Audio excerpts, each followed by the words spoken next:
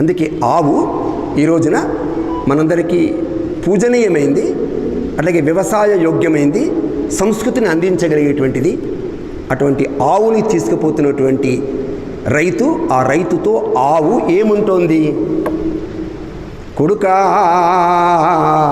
నన్ను కోతాకమ్మకురా,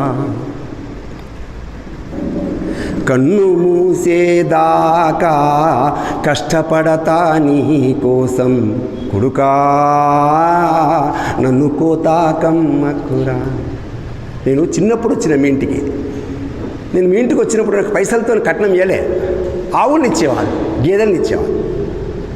అవ్వతోని అరణమచ్చిన అయ్యకారు ఎడ్లనిచ్చిన, పాలు ఇచ్చి నిన్ను పెంచిన పెద్ద కాపుగా నిన్ను చేసిన.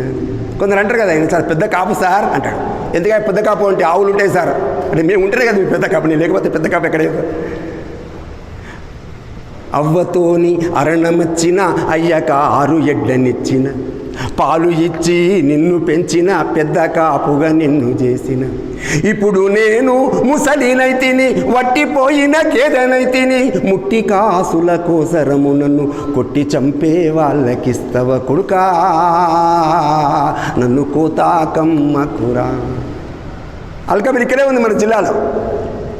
అల్కబీరోళ్ళు వస్తారంట, ఎక్కువ పైసలు ఇస్తారంట, పైసలాసకు నన్ను నీవు పట్టి వాళ్ళకప్పగిస్తే కట్టి కొట్టి పడేస్తారంట, నీళ్ళు మేత పెట్టరంట.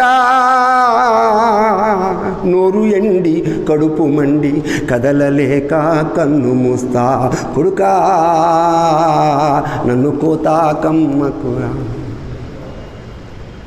ఫ్యాక్టరీ తీసుకుపోయిన తర్వాత ఏం చేస్తారు నాకు తెలుసా?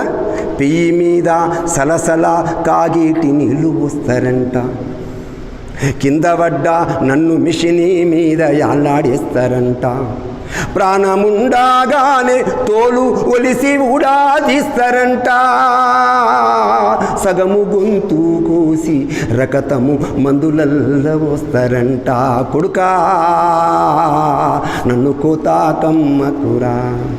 నేను మీ ఇంట్లో ఉంటే నాకైనా బిర్యానీ, ఇడ్లీ, దోశ మనం వండి పెడుతున్నావా? దేవుడిచ్చిన గడ్డి మేసిన, ఎండవానల పనులు చేసిన, నేను మీ ఇంటికి ఎందుకు వచ్చినా? వెనక జనమల కింది బాకీ ఇచ్చిపోని ఇంటికి వచ్చిన. ఇన్ని నాళ్ళు నీ